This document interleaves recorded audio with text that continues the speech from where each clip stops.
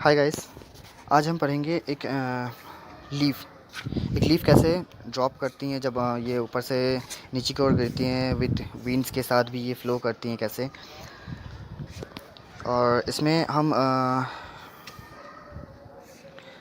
Leaf भी use कर सकते हैं या फिर कोई भी पेपर्स जो लाइट वेटेड हो, जो कि हवा में जिसकी फ्लोज होती हैं।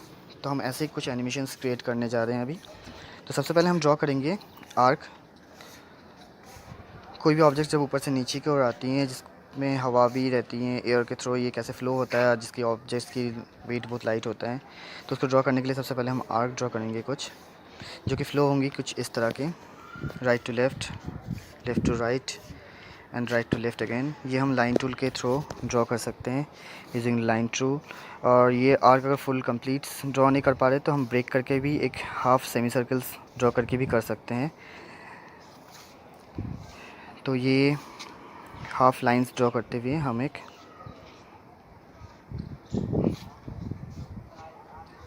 पाथ बनाते हैं जिसके थ्रू हमारे जो ऑब्जेक्ट्स होंगी उसे मूव कर सकें।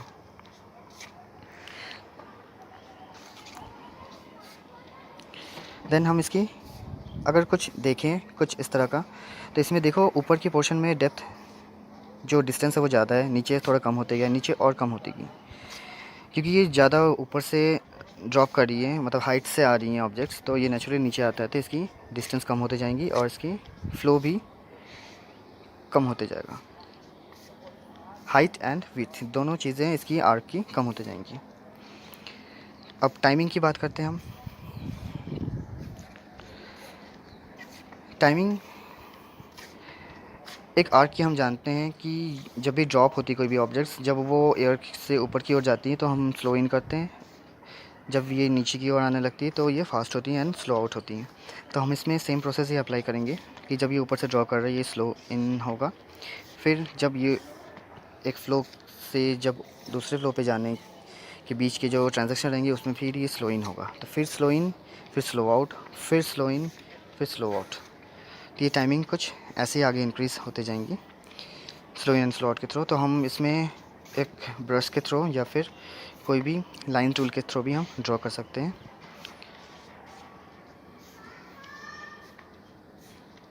तो ये रहा हमारा टाइमिंग, ये है स्लो इन और ये है स्लो आउट। तो एक अगर आर्क की बात करें, इसमें अगर स्ट्रेट लाइन में हम लोग अगर ड्रॉ करते हैं तो ये स्लो इन स्लो आउट कुछ इस तरह दिखते हैं। देन हम नेक्स्ट प्रोसेस में आते हैं। हमें एक ऑब्जेक्ट चाहिए, चाहे हम लीफ ले सकते हैं या फिर कोई एक पीस ऑफ पेपर भी ड्रॉ कर सकते हैं। तो ऑब्जेक्ट कोई भी हम ले सकते हैं, चाहे आप इलस्ट्रेटर में ट्रेस कर लो या फिर फ्लैश में डायरेक्ट ड्रॉ कर लो, बैकग्राउंड के साथ भी आप ले आ सकते हो। तो मैं एक लीफ ड्रॉ कर रहा हूँ, तो एक रफ ड्रॉ कर रहे हैं सबसे पहले ब्रश से।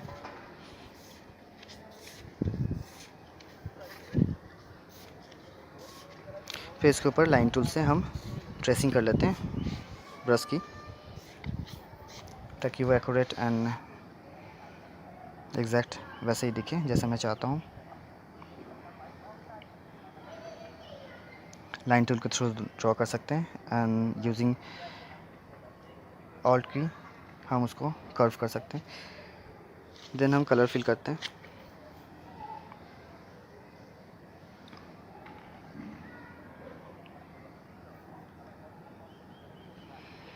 तो इसकी ड्राइंग ये रहा जो ट्रेस्ट हो चुका है लाइन टूल के थ्रू। देन हम इसमें जो इसकी एजेस हैं जहाँ पे गैप रह जाती है जिसमें कलर फिल नहीं होता उसको हम फिल कर देते हैं। देन हम कलर्स पिक करके कलर फिल करते हैं। तो अकॉर्डिंगली आप जैसा आपको कलर पसंद हो या फिर अपने अकॉर्डिंग आप उसमें कलर फिल कर सकते हो। वो डिपेंड करता है आपके बैकग्राउंड कैसा है, आपका लाइट कैसे हैं, लाइट एंड शेडोज़ कैसी हैं आपकी। थोड़ा डिटेलिंग कर सकते हो आप उसमें, लीफ की लाइंस दे सकते हैं।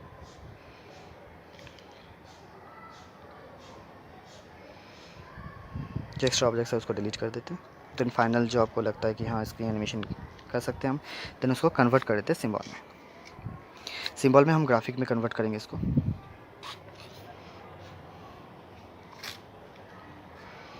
ग्राफिक में कन्वर्ट करने से हम इसको अगर डुप्लीकेट करें तो सेम चीज़ कॉपीज़ हो जाती हैं। इसकी एनिमेशन कर सकते हैं हम। हमें जितनी कॉपीज़ चाहिए हम ले सकते हैं, क्योंकि हमारे लाइब्रेरी पे सेव हो जाती है एज अ सिंग। देन की फ्रेम लेते हैं एंड क्लासिकल ट्यून लगाते हैं। सबसे पहले 2 की फ्रेम लेते हैं, एक को प्लेस करते हैं हम बीच में बिल्कुल, तो इसकी ट्रांजैक्शन कुछ ऐसे दिखेगी ट्यूनिंग के थ्रू। पर हमें स्लो इन चाहिए। स्लो इन में हम ईज़ इन कर सकते हैं, ईज़ में हम जाके इसकी 100% करते हैं तो ये स्लो इन होती है। फिर इधर स्लो आउट करने हैं तो -100 कर देते हैं हम, तो ये कुछ ऐसा फ्लो होगा कि ऊपर स्लो आएंगी, बीच में फास्ट, फिर ये स्लो हो जाएंगी। तो विदाउट हम ब्रेक किए, फ्रेम बाय फ्रेम एनिमेशन किए, हम ट्यूनिंग को यूज़ करते हुए, ईज़ इन ईज़ आउट यूज़ करते हुए हम इस तरह के भी एनिमेशन कर सकते हैं। सेम प्रोसेस हम आगे भी इंक्रीज़ करते जाएंगे। फिर से की फ्रेम लेंगे, इसको बीच में प्लेस कर देंगे,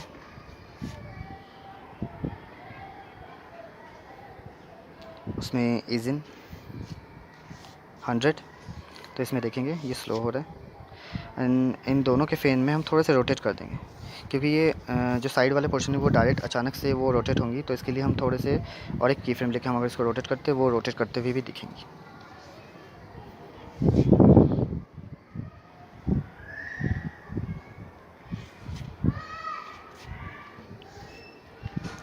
देन हम आगे बढ़ते हैं, और जब हमें लगता है ये आर्क में मूव नहीं कर रही, हम उसको प्लेस करके नीचे ले आ सकते हैं बाय फ्रेम।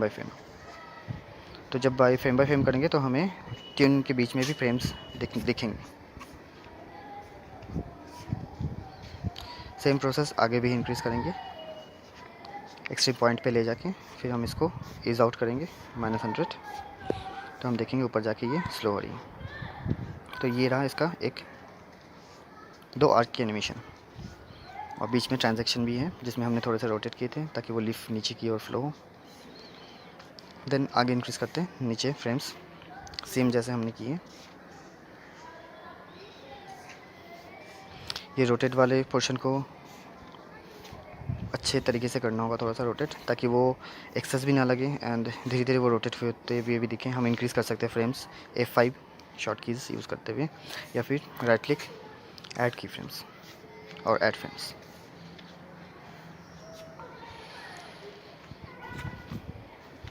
देन आगे इंक्रीज़ करते हैं इसको,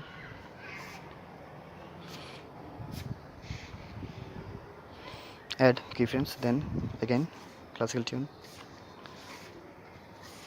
हाफ को मैं नीचे करता हूँ एंड अपने अपने जगह पे दोनों को प्लेस कर देते हैं। एक चीज़ बता दूँ मैं, इसमें हम चाहे तो मोशन ट्यून भी यूज़ कर सकते थे, मोशन ट्यून के थ्रू भी एनिमेशंस हो सकती हैं, पर उसमें एक डिफ़ॉल्ट मतलब एक फ़ॉल्ट है उसमें कि मोशन ट्यून में जब हम 2 आर्क के बीच में जब हम उनको नीचे प्लेस करेंगे, तो हम अगर एक में हम ईज़ इन लगाते हैं तो दोनों में ईज़ इन लग जाती है। हम किसी एक पर्टिकुलर चीज़ में हम ease in and ease out नहीं लगा सकते हैं, तो इसलिए मैंने इसको क्लासिक